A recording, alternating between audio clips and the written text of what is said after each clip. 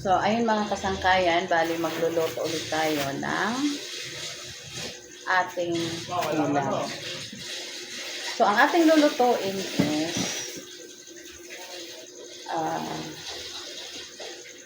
Shanghai na tilapia.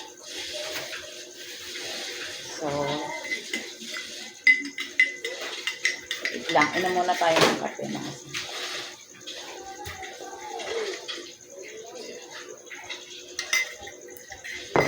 Time check mga sangkay, bali 11 o'clock. So, pananghalian ang ating lulutuin na ulam.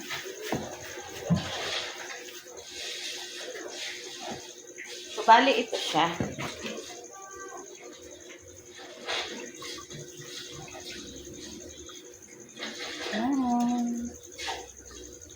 So, una natin gagawin is ilalaga muna natin siya. So ang paglaga nito mga sangkay, bali lalagyan siya natin ng asin. Tapos lalagyan natin siya ng luya para hindi siya malansa.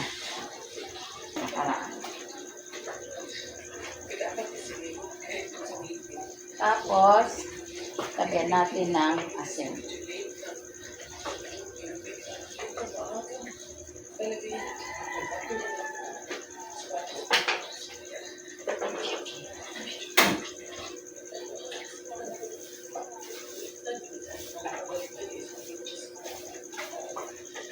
Siyempre, takpan natin.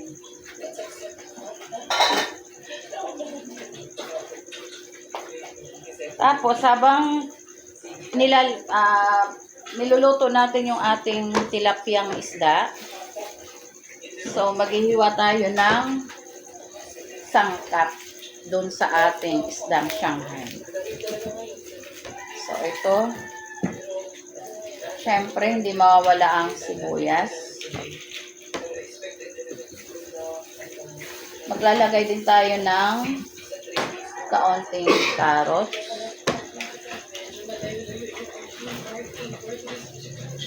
Tsaka bawang.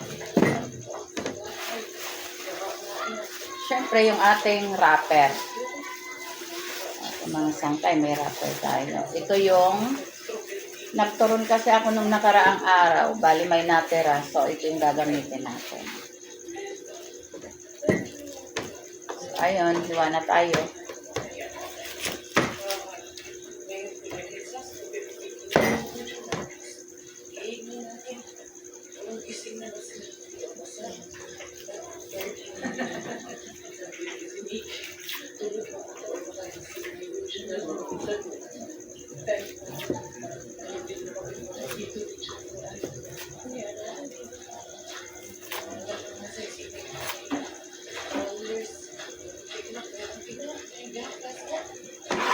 Siguro mga sangkay, hindi na bago sa inyo ang Shanghai na isda.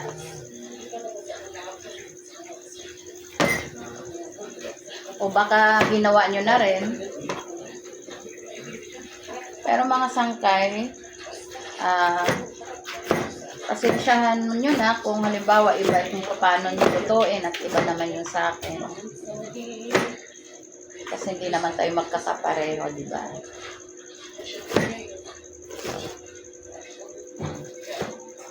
Siyempre, maliliit lang ang hiwa ng ating sibuyas.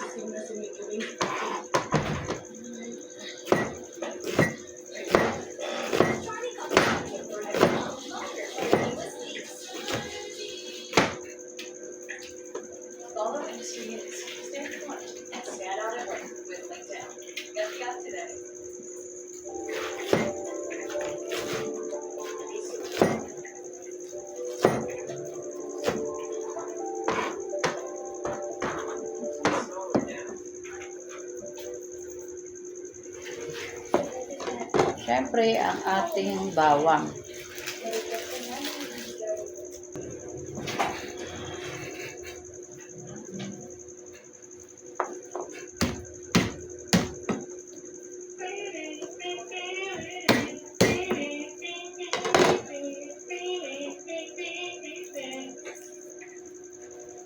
Maya pa natin siya papatayin para maluto siya talaga ng todo.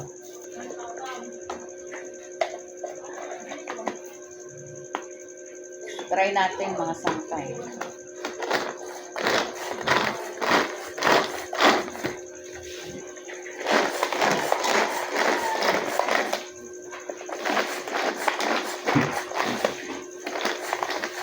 So, ayan, nakuha ako. Ang dali lang pala to.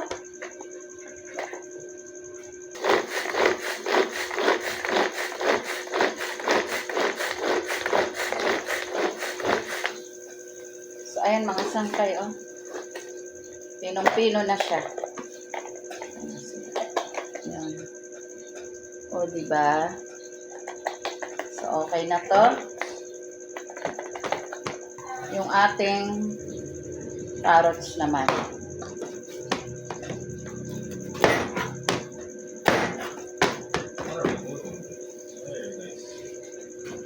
Tingnan ko ulit yung ating isda. So, ayan. Yung ating tilapia.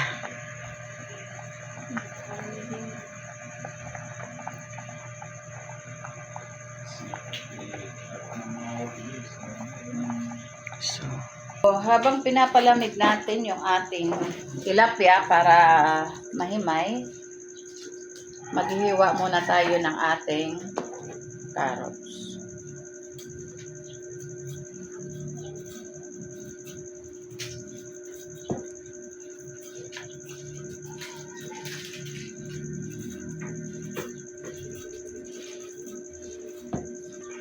So, bali, inilagay ko ulit dito yung carrots. Bali, sinama ko na rin yung bawang sibuyas para isang hiwa na lang. Ay, isang ano na lang.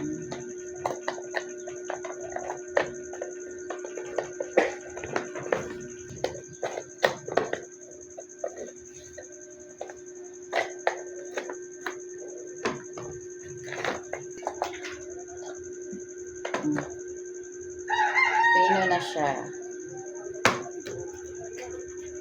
Isdang tilapia.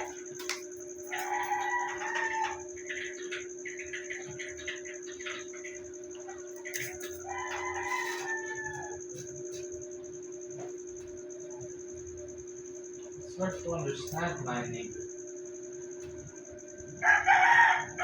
It's hard to understand my neighbor, huh?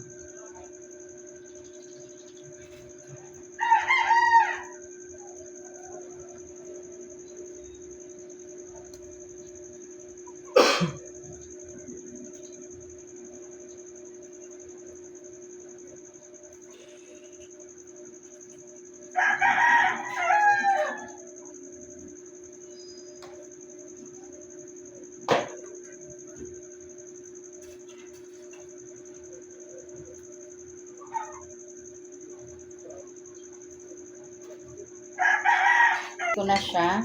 Gawin natin, pipinuhin natin. Parang ang konti niya lang. Yan, inilagay ko na yung ating sibuyas. Saka bawang. Bro, what is that damage, by the way? Lagi kang pampatagal, oo. Ilagay na rin natin yung ating carrots.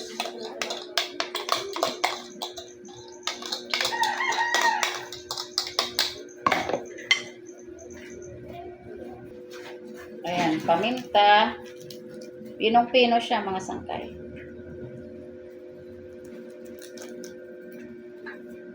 Tapos,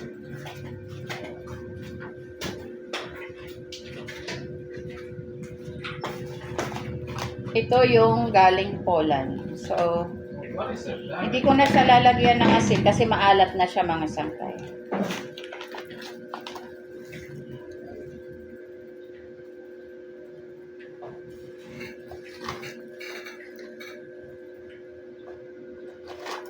May pampalasa na siya tapos may asin na. So, all in one siya mga sangkay. All in one.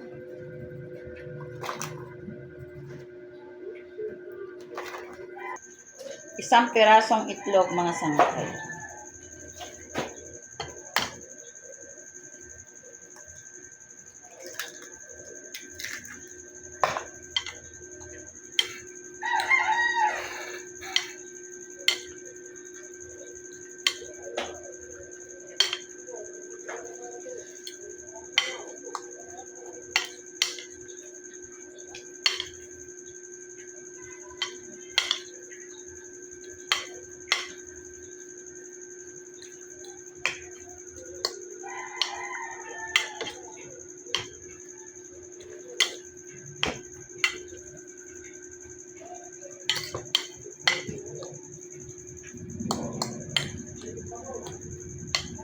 So, hinahalo ko lang siya mga sangkay para mahalo siya ng mabuti.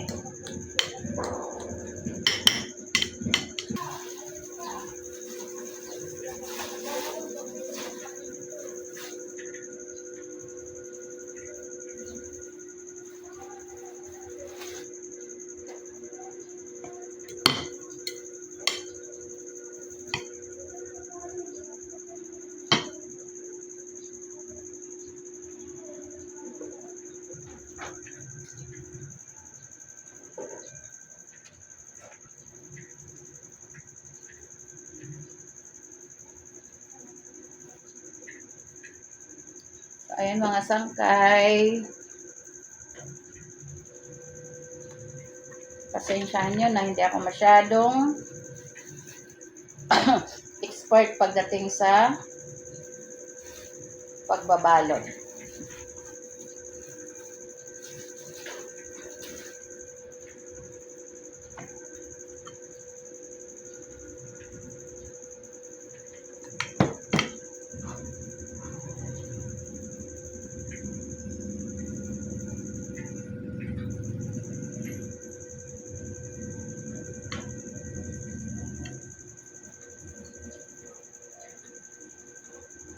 Ang huling luto ko nito mga sangkay, bali maliliit pa yung mga anak ko. Ngayon mga tapos na halos mag-aral sila. So ang tagal na, 'di ba?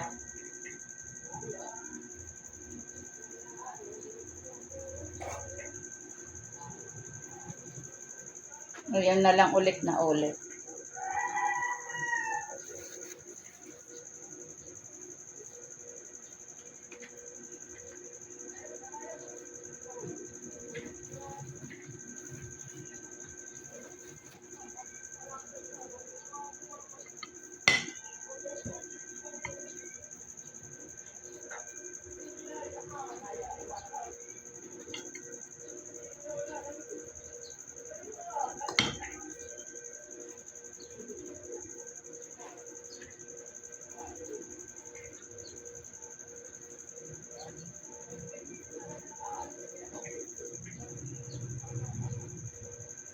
Ayun.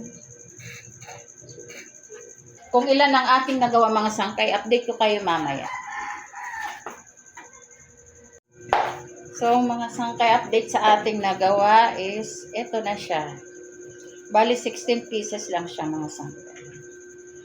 So, may natira siya kasi naubusan na ako ng wrapper. Siguro mga ano pa to. 2, 3, 4, 5. Mga 5 piraso pa sana to eh. Kaso nga lang wala na akong wrapper. So, ipreprito ko na lang siya ng walang wrapper. So, start na tayong magprito.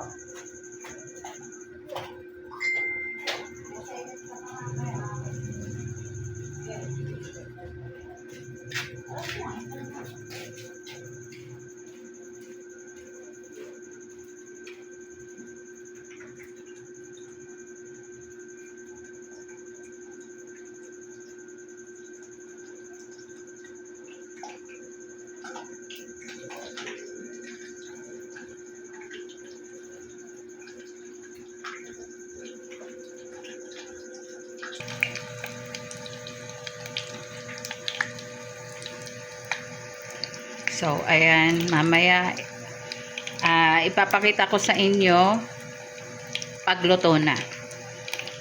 So, ngayon, yun lang muna. So, ayan mga sangkay yung ating naprito na. So, ayan yung ating Shanghai. Yan. Bali, nagprito ako ng kikiam, pandagdag. So, ito yung natira na hindi natin nabalot kasi naubusan tayo ng wrapper. Bali, dinagdagan ko na lang yan ng harina para dumikit siya. So, ito namang munggo mga sangkay, yan yung natira naming kagabing ulam. So, kakainin ko yan ngayon. So, ano pang hinihintay natin mga sangkay? Tikman na natin. Ayan. Meron tayong kutsara. Tikman natin. Ayan guys.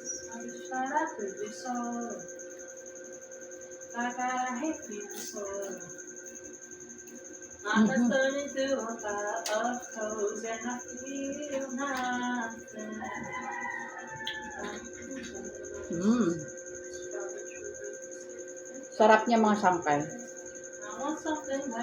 Try na rin to mga sangkay, ang sarap.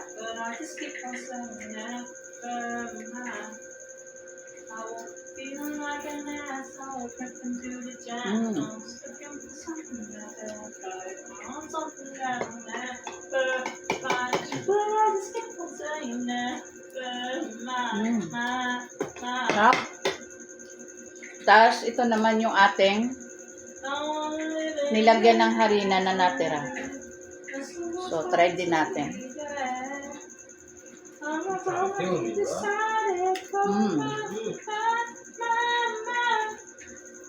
Sarap din yung mga sangkay. Bali, yung lansa niya mga sangkay, hindi na siya ganun kalansa mga sangkay. Sarap niya. Gumawa rin kayo nito mga sangkay. Sarap.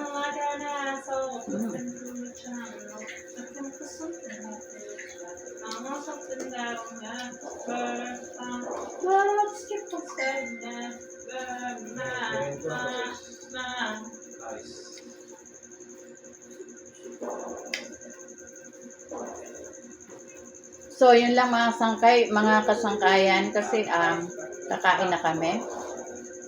Sana mga sangkay, huwag kalimutan mag-subscribe. Pindutin ang notification bell para updated kayo sa aking mga videos. At paki-share na rin mga sangkay at paki-likes na rin. So, yun lang mga sangkay. See you in my next vlog. Bye-bye.